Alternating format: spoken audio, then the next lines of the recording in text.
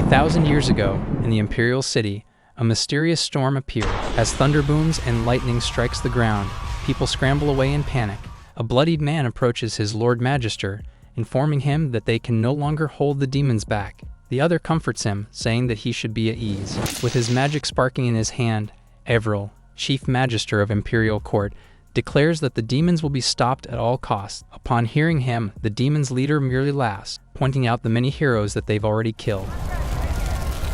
He taunts him, saying that humans are simply no match for their self-healing. Ava replies that indeed ordinary attacks can't hurt them, before questioning him about what a self-sacrificing destructive spell can do. The demon is frightened, though he tries to bluff by saying they can instantly recover from whatever attack. Avril only replies he's willing to test what he said, before launching an attack. In an instant, there's a bright explosion in the sky. Avril's subordinates are wondering if their lord had succeeded when a hand suddenly emerges from the ground. The demon laughs, saying the Magister's sacrifice is all for naught. The humans despair, utterly defeated in the face of the demon's quick healing.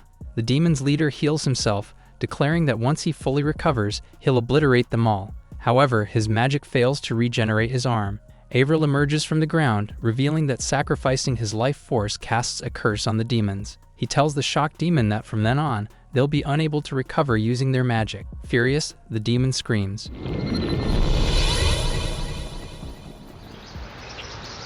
Currently, in Old John's office of Chinese medicine at Jiang City, a man urges his character to quickly heal. However, the character still ends up dying, unable to heal with magic. Frustrated, he throws his gaming console on the table. Wang He, who's already 30 years old, complains about how the demons in his game can't recover by using magic. He's a well-known doctor of Chinese medicine, but lately his patients are only elders from the street who visit him occasionally. Depressed, he continues to complain about his lack of love and patience, muttering that his life is a complete failure. Unknown to him, a message pops up on his gaming console, saying he won an opportunity to become a Grand Magister. Suddenly, somebody opens his door and asks him if he's Huangyi. She's Zhen Yuqing, president of the Zhen Group. Knowing who she is, Wang becomes nervous as he confirms that he's him. Unexpectedly, she and her men bow before him. She reveals that Huang is actually a successor to an ancient family of godly doctors. As he's an accomplished doctor, he's requested to return to inherit billions in family fortune and marry her. Huang is stunned before he becomes especially smug that he's finally made it big. With a blushing, hopeful face, Zhen asks him if he agrees to return, and without hesitation, he says yes, thinking he'd be a fool to decline. On the ground, his gaming console glows, saying that the player accepts to become a Grand Magister. Bewildered, Huang looks at it as the countdown starts, and Zhen does as well. When it reaches 0, he gets sucked into his gaming console, which then initiates the start of the game. In a C-rank dungeon, a loud explosion can be heard.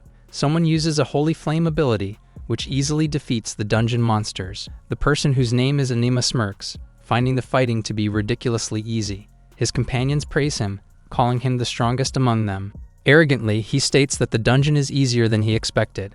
A girl pipes up, saying that they should still be cautious as the zombies they fought could be just mere bait. One of Anima's underlings gets mad, accusing her of looking down on his young master. He then boasts that Anima is an imperial noble and a magic swordsman, making Anima feel even more self-important. Suddenly, somebody else expresses their satisfaction. Stunned, they turn their heads and see a large-chested, skull-wearing girl named Alice, a level 35 master necromancer, who's also the third-floor boss of the dungeon. Anima frowns, realizing that the boss exudes an aura of death. The necromancer starts to utter her spell, alarming everyone, before she executes a kick toward Anima. However, she falls short and only lands on the floor. Immediately, he pierces her with his holy flame, which makes her scream in pain. Anima's sycophant reiterates that the dungeon is just too simple for his idol. Irritated, Alice curses, saying she needs to get serious. Through a magic circle, she summons hordes of zombies to deal with the humans. She calls them foolish before directing her zombies to attack. Anima is unfazed, saying the zombies are just a piece of cake to him. Once again, he uses his holy flame, draws his sword, and executes an obliterating slash. Alice is shocked and becomes frustrated as she's already lost 6 times that month. Suddenly, the female adventurer alarms everyone that there's still one remaining zombie. Behind the smoke, a glowing eye can be seen. Anima is taken aback as he's sure that his holy flame would have killed all undead mobs. The zombie starts to speak, though unknown to all. He's overwhelmed with panic. Huang has just transmigrated into a teddy bear zombie. His body trembles, utterly frustrated that he transmigrated just when he finally has money and a wife-to-be. He demands to be taken back home, but the system tells him that he needs to complete the main objective first. Tearfully, he asks what it is. The game reveals that for him to return home, he must either become the strongest Grand Magister or die in the game. Meanwhile, the female adventurer is nervous about the surviving zombie, while the sycophant is convinced that his survival was just a fluke. Anima agrees, stating it will only happen once. Inwardly, he wonders how the zombie could resist his all-out attack. Suddenly, Huang addresses Anima, urging the latter to hurry up and kill him. He intends to die so he can return home quickly. Thoroughly annoyed that a low-level zombie is provoking him, Anima complies and readies his sword. Huang tells him to bring it on, and at once, the noble sends an attack toward him.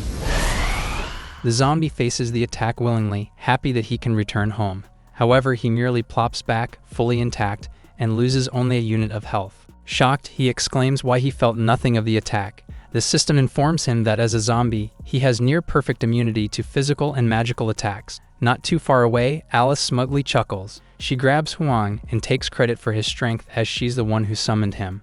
The newly turned zombie blushes, appreciating her nice smell. The female adventurer tries to convince Anima to retreat, but he only pushes her away, making her cry in pain. He glares, determined to kill the zombie, and so he uses another attack. The sycophant gets excited, saying the young master is about to use his special skill. Meanwhile, Huang remembers the skill to be powerful, having seen it while playing the game. Alice gets worried when her summoned zombie gets quiet. At the same time, Anima is again about to launch an attack on them. Huang eggs him on while Alice gets touched that her little zombie would sacrifice himself for her sake. Anima slashes his flaming sword, landing a perfect attack on the zombie. However, the flame on Huang's zombie body merely dissipates, and he only loses 3 units of health. He yells that the damage is too puny, while Anima gets even more pissed off, declaring he hasn't shown his full power yet. He casts True Holy Flame Slash, which only yields a mere negative 2 units of health for Huang, who then tells him that he won't conquer the dungeon at this rate. Still, Anima doesn't want to give up. He continues to attack, losing his MP, while Huang receives meager damages. Anima's companions can only look on. Breathing hard, Anima states that he can finally finish off the zombie. He casts his last attack, while Huang is relieved that he can finally return home. But then, Anima's sword breaks with a loud crack. Its tip bounces off the zombie's head before plopping near Anima's companions. Huang is horrified and dismayed. Right then, the zombie gets awarded the hidden title, Tempered, for being slashed 1,000 times. To his shock, his HP gets restored, as it's the title's effect. Desperately, he shakes Anima, telling him to hit him more before his health gets full again. The noble trembles and whispers that Huang is a monster. He screams he's going home as he runs away, while his underlings implore him to wait for them. They run after the noble while Huang only looks at them in disappointment. The ruckus continues as all the adventurers run away. Meanwhile, a drop of water falls, which wakes Alice. She asks whether the fight is already over. Huang sobs, despairing over why the people in this world are so weak. He spots Alice, who's observing him, and he begs her to send him back as she's the one who summoned him. She slaps his hands away before telling him that as he's the strongest zombie she's ever summoned, she won't set him free. Huang harumphs, annoyed, and sets out to leave her, but she chases after him. She tells him that as he's being rude, she'll be forced to be uncivil. She commands him to stop, and he does, much to his surprise. He's confused why he suddenly can't move. Alice reveals that the undead she summons has no choice but to obey her. She comments that though he's only at level 1, he's already so powerful and with consciousness too. Still, the best thing she likes about him is that he's furry and lovable, unlike other zombies. Suddenly, she winces in pain and mutters that Anima's sword caused her too much damage earlier. Huang, as a doctor, volunteers to treat her, but she only tells him to be serious. She reminds him that the demons are unable to heal themselves and judges that her wound will take 20 years to heal. The zombie corrects her, saying what she said isn't necessarily true. He rips off her cloak, making her scream. With needles in his hands, he reveals that he's the god Dr. Guanghe. Expertly, he places 2 needles near her shoulder, and instantly, Alice feels a severe pain fading away. Huang tells her that feeling relief is only the start. He carefully treats her, making full use of his capabilities. He applies common household medicinal herbs before bandaging the wound well.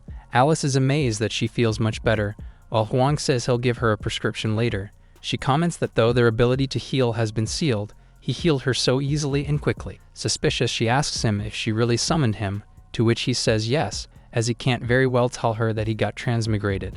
To distract her, he offers to give her a massage. He states that the Huang family massage isn't something an average person can withstand. Alice collapses as he had also pierced her lethargic acupoint with a needle. Now that he's free, Huang rushes away, eager to court death.